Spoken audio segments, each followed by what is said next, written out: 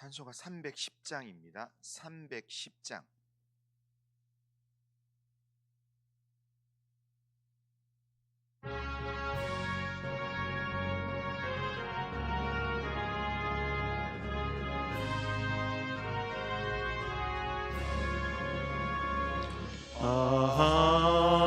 하나님의 은혜로 있을 데 없는 자 왜 구속하여 주는지 난 알 수 없도다. 내가 믿고 또 의지함은 내 모든 형편하시는 주니 늘 보호해 주실 것을 나는 확실히 아네.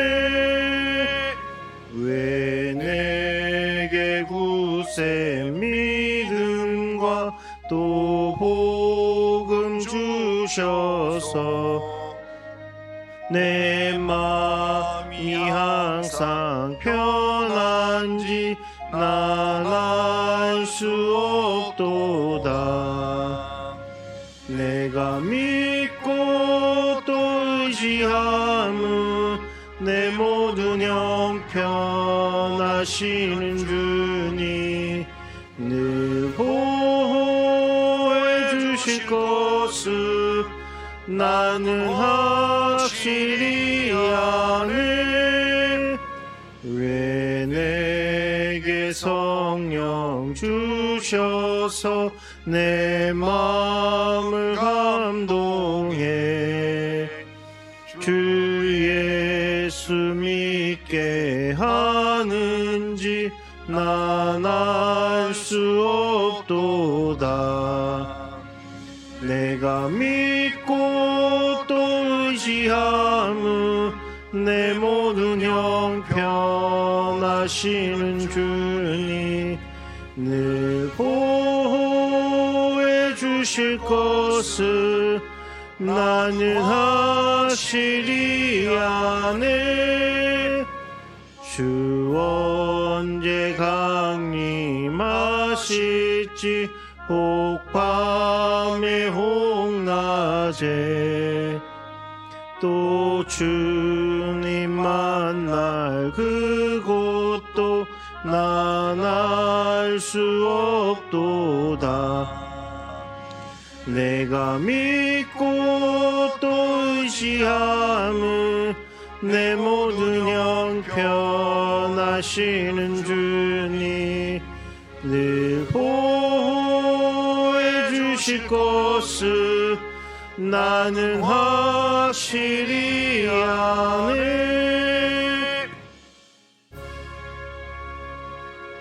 신앙 고백합니다. 다 같이 신앙 고백합니다. 나는 전능하신 아버지 하나님 천지의 창조주를 믿습니다. 나는 그의 유일하신 아들 우리 주 예수 그리스도를 믿습니다. 그는 성령으로 잉태되어 동정녀 마리아에게서 나시고 본디오 빌라도에게 고난을 받아 십자가에 못 박혀 죽으시고 장사된 지 사흘 만에 죽은 자 가운데서 다시 살아나셨으며 하늘에 오르시어 전능하신 아버지 하나님 우편에 앉아 계시다가 거기로부터 살아있는 자와 죽은 자를 심판하러 오십니다. 나는 성령을 믿으며 거룩한 공교회와 성도의 교제와 죄를 용서받는 것과 몸의 부활과 영생을 믿습니다. 아멘. 자, 하나님 말씀은 느헤미야 9장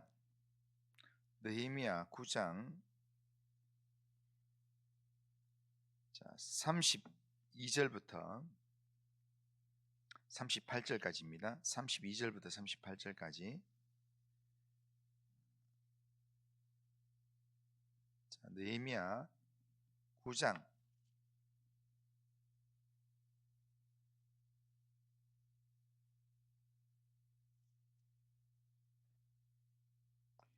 32절부터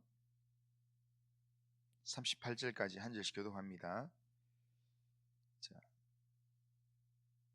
우리 하나님이여 광대하시고 능하시고 두려우시며 언약과 인자하심을 지키시는 하나님이여, 우리와 우리 왕들과 방백들과 제사장들과 선지자들과 조상들과 주의 모든 백성이 아수르 왕들의 때로부터 오늘까지 당한 모든 환난을 이제 작게 여기지 마옵소서. 그러나 우리가 당한 모든 일에 주는 공의로우시니 우리는 악을 행하였사오나 주께서는 진실하게 행하셨음이니이다.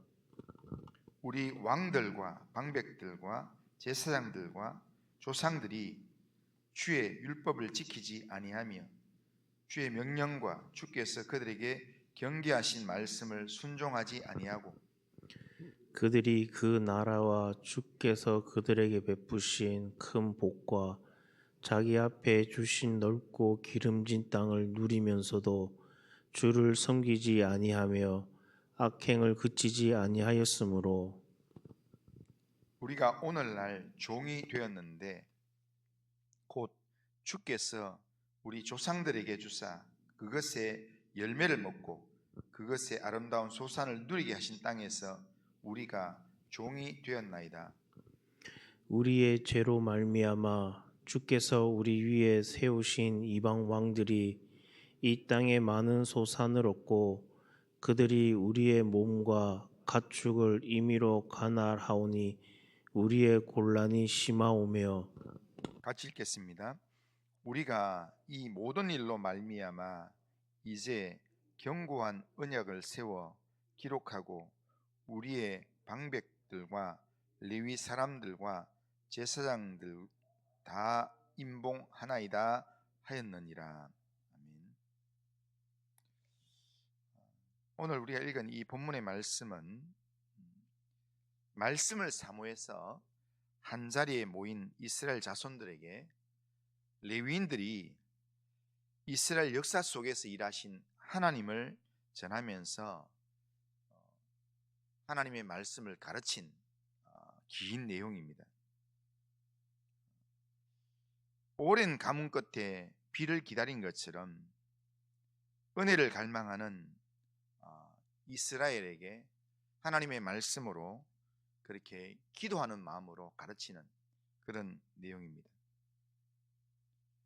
그들은 오랜 죄악과 무너짐의 역사 속에서 자신들이 무엇을 이루었는지를 바라보지 않고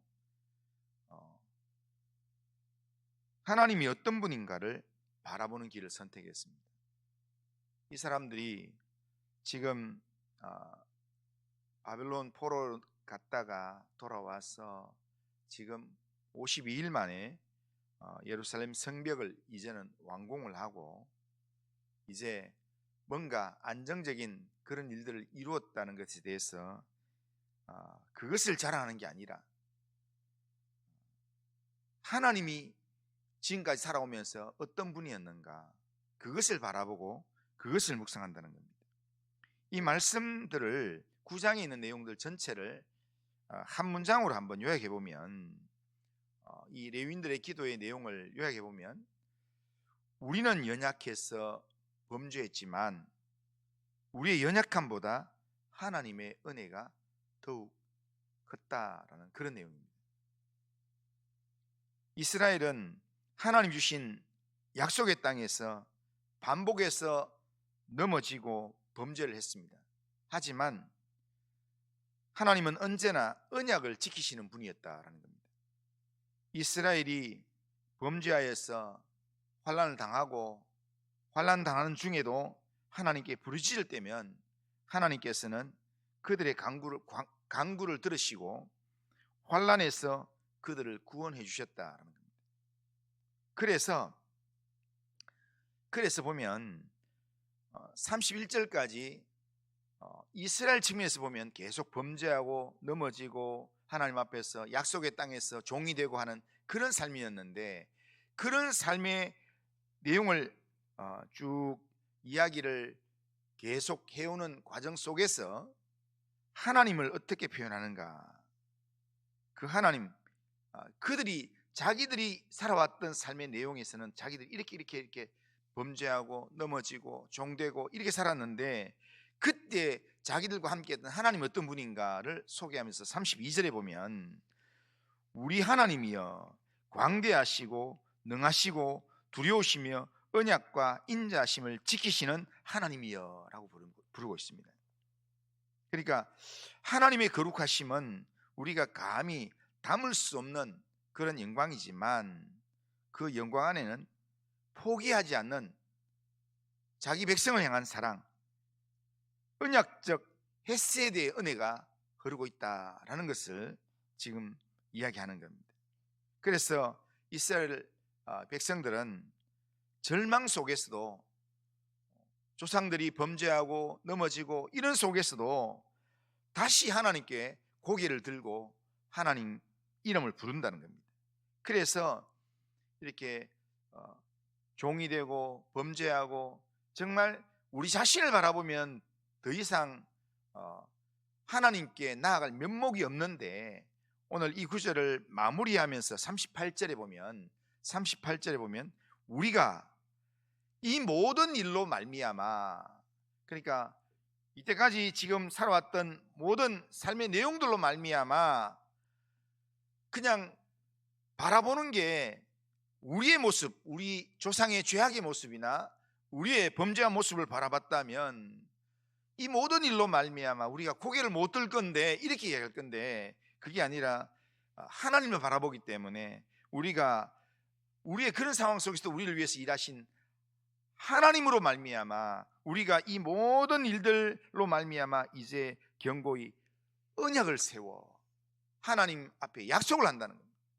하나님께 언약에 신실하신 하나님의 손을 다시 굳게 붙잡겠다는 약속을 했다라는 것을 거기 기록하고 있습니다. 오늘 우리의 삶에서 현실의 무게가 우리의 믿음보다 더 크게 느껴질 때가 있습니다. 문제가 커 보이고 마음이 지치고 때로는 삶이 종로한 것처럼 그렇게 끌려다니는 듯한 그런 느낌을 받을 때가 있습니다. 그럴 때 우리는 흔히 먼저는 내 현실의 상황들을 바라보고 또 나의 부족을 바라보고 나의 실패만을 바라보는 경향이 있습니다. 그러나 오늘 본문 속에서 이스라엘 백성들이 지금 행하는 이 모습 속에서는 오늘 우리에게 뭐라고 말하느냐면, 그런 상황이 되면 너 자신을 보기 전에 먼저 하나님을 봐라, 하나님을 바라보라, 그렇게 말합니다. 이스라엘이 이렇게 지금까지 있었던 모든 역사 속에서 이 조상들의 범죄와 자기들의 이렇게 하나님을 떠났던 그런 내용들을 떠올리면서도 불구하고 하나님 앞에 회개를 하고 그리고 하나님 앞에 다시 언약의 손을 붙잡을 수 있었던 것은 하나님이 자기들을 버리지 않는 분이라는 확신이 있었기 때문입니다. 하나님께서 자기를 버리지 않는다는 확신이 있기 때문에 그들은 자신들의 죄를 인정하면서도 담대하게 우리 하나님이여 라고 이야기하면서 광대하시고 능하시고 두려우시며 언약과 인자하심을 지키시는 하나님이여 라고 그렇게 고백하는 겁니다. 이 하나님이 우리의 하나님이다 라는 그런 고백입니다. 이 고백은 여전히 우리를 품으시는 하나님의 은혜를 향한 믿음의 고백입니다. 그리고 이 은혜는 예수님 안에서 완전하게 드러났습니다. 크고 능하신 하나님이 사람이 되어 우리 가운데 오셔서 언약을 완성하시고 그리고 십자가에서 우리를 위해 피를 흘리셨습니다. 예수님 안에서 우리는 다시금 하나님의 백성이라는 이름을 받게 되었습니다.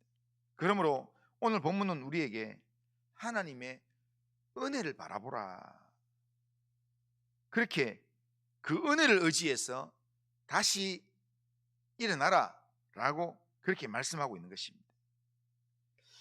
그렇다면 우리가 하나님의 은혜를 어떻게 바라보며 살아야 되겠습니까? 첫째는 하나님의 은혜를 바라보는 시간을 우리가 먼저 확보해야 합니다. 이스라엘은 지금 이렇게 고백하게 된 내용이 뭐냐면 말씀을 듣고 그 말씀 앞에서 자기를 비추어 기도하는 시간을 가졌습니다. 성벽 재건을 완성하고 난 다음에 그냥 끝내는 게 아니라 7월 첫날에 다들 수문화 광장에 모여서 하나님 말씀 앞에 그들은 자기들을 세웠습니다. 그리고 하나님 말씀 앞에서 말씀을 듣고 그리고 말씀 앞에서 자기를 비추어서 돌아보고 기도하기 시작할 때 회복의 은혜가 그들에게 찾아왔다. 우리도 매일의 분주함 속에서 하나님께 시선을 고정할 이 경건의 시간, 이 작은 시간이지만 뭔가 하나님께 집중하는 시간을 우리가 회복할 필요가 있습니다. 하나님을 의지하는 말씀 묵상, 기도의 시간을 회복해야 합니다. 은혜는 조용히 하나님 앞에 머물면서 말씀을 사모하는 그런 마음의 자리에서 시작된다 할 수 있습니다. 우리 교회 협동 목사님인 도종원 목사님이 평생을 지금 말씀 묵상을 하고 또 말씀 묵상 사역을 하고 있는 그런 분인데 지난주에 이야기하면서 목사님은 언제 말씀 묵상을 합니까? 했더니 자기는 언제나 밤 11시에 하나님과 만나는 시간을 꼭 가진다고. 그래서 이 밤 11시에 하나님과의 만남의 시간을 가지기 위해서 방해받는 모든 일들을 차단하기 위해서 밤 11시가 되면 핸드폰을 끈다는 겁니다. 핸드폰을 켜놓으면 또 핸드폰 만질 시간도 있고 또 전화 온다든지 문자가 온다든지 이런 걸로 하나님과 나와의 이 만남의 시간, 말씀 묵상하고 기도하는 이 시간을 방해받을 수 있기 때문에 그 시간대는 핸드폰도 차단하고 다른 것 다 정리하고 오로지 딱 말씀 묵상책 한 권과 함께 그렇게 하나님을 엎드린다. 그러니까 오늘 우리가 하나님의 은혜를 회복하기 위해서는요, 하나님의 은혜는 분명히 우리 가운데 흘러가고 있습니다. 그런데 그 은혜를 회복하기 위해서는 우리는 그 하나님의 은혜 앞에 우리가 잠시라도 머물 수 있는, 다른 소리를 기울이지 않고 하나님의 소리를 들을 수 있는 그런 그 시간을 우리가 회복하는 게 중요한 겁니다. 하나님 앞에 머물면서 그렇게 조용히 하나님 앞에 머물면서 말씀을 사모하는 그 자리를 우리가 가져야 된다는 겁니다. 그리고 우리가 그렇게 있으면서 은혜가 회복되려면 넘어진 자리가 발견되면 우리는 넘어진 자리에서 다시 하나님께로 돌아가야 합니다. 회개는 죄책감의 감옥으로 우리를 몰아넣는 죄책감의 감옥이 아니라 회개는 은혜를 위한 문입니다. 실수했기 때문에, 죄를 지었기 때문에 하나님께 나아가지 못하는 게 아니라 실수했기 때문에 더욱 하나님께 나아가야 하는 것입니다. 하나님은 정죄보다는 회복을 더 기뻐하시는 분입니다. 하나님을 더 가까이 하는 삶을 살려고 그렇게 말씀 앞에 서서 말씀이 깨달아질 때는 무조건 깨달아지는 그 말씀만큼 앞으로 나가야 됩니다. 그리고 세 번째는 하나님의 언약의 말씀을 기억하며 그 말씀대로 살려고 해야 합니다. 하나님은 우리에게 너는 내 것이다, 내 피로 세운 새 언약이다, 이런 말씀들을 우리에게 주셨습니다. 이 약속의 말씀들을 우리가 기억할 때 그 말씀을, 약속의 말씀을 붙들면 우리가 흔들리지 않습니다. 두려워하지 않습니다. 하나님이 주신 자리에서 말씀을 기준으로 붙들고 말씀을 기준으로 우리가 살아가면서 예수님의 마음으로 섬길 때 우리의 하루는 언약을 살아내는 예배의 삶이 된다라는 겁니다. 마지막으로 하나님께서 내게 주신 은혜가 내 안에서 하나님의 은혜를 묵상하는, 하나님을 만나는 자리에 우리의 시간을 확보해야 되고, 그리고 거기서 죄가 깨달아지면 그 죄를 빨리 돌이키고 하나님께로 가까이 나아가야 되고, 그리고 언약의 말씀을 기억해서 믿음으로 살아내려고 하고, 그리고 하나님의 은혜가 내 속에 채워지면 하나님의 은혜는 반드시 흘려보내는 삶을 살아야 된다. 내게 하나님의 은혜가 있으면 이걸 흘려보내야, 그래야 또 다른 은혜가 내게 들어오게 된다는 거예요. 그러니까 지금 사해바다가, 이스라엘 성지에 가면 사해바다가 소금바다가 되고 썩는 이유가 뭐냐면,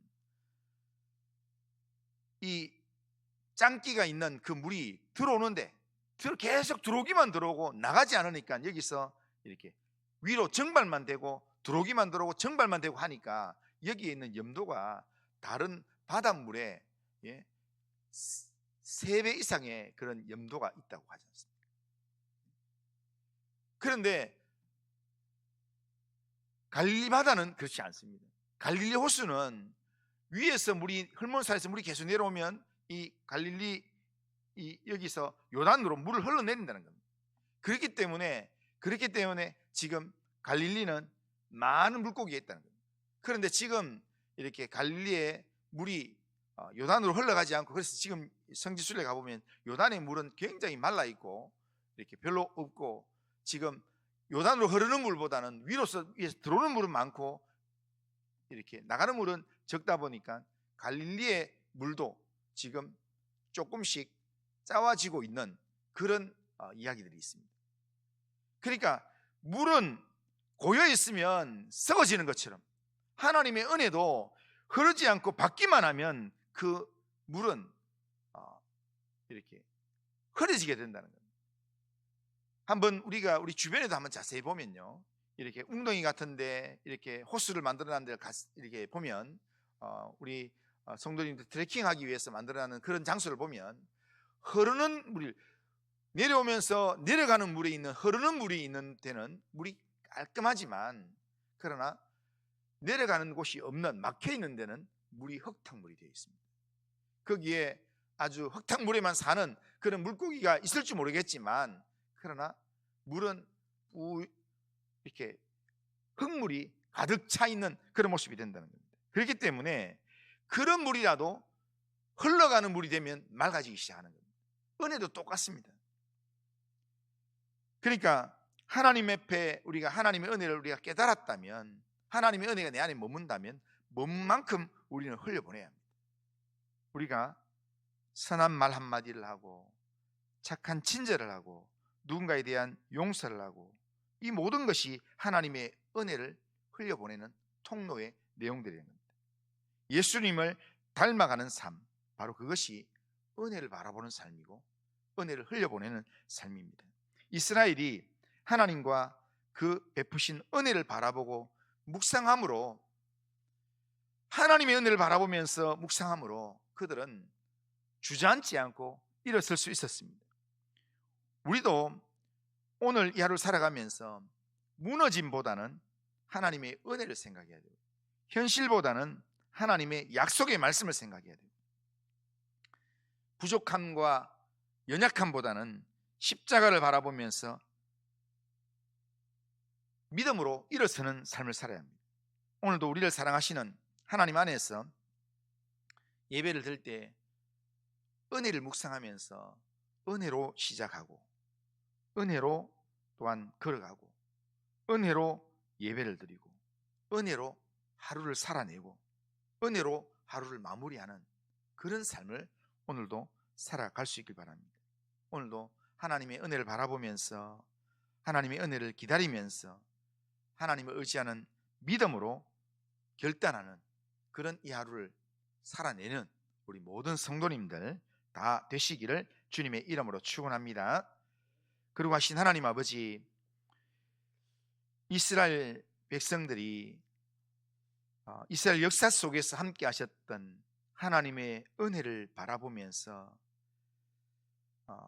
자기들의 삶을 바라보면 절망할 수밖에 없고 넘어질 수밖에 없고 정말 아무것도 아닌 그런 모습이지만, 자기를 위해서 이때까지 행하셨던 하나님의 은혜를 바라볼 때 다시 하나님의 언약을 견고하게 붙들겠다라고 그렇게 약속하는 모습을 보았습니다.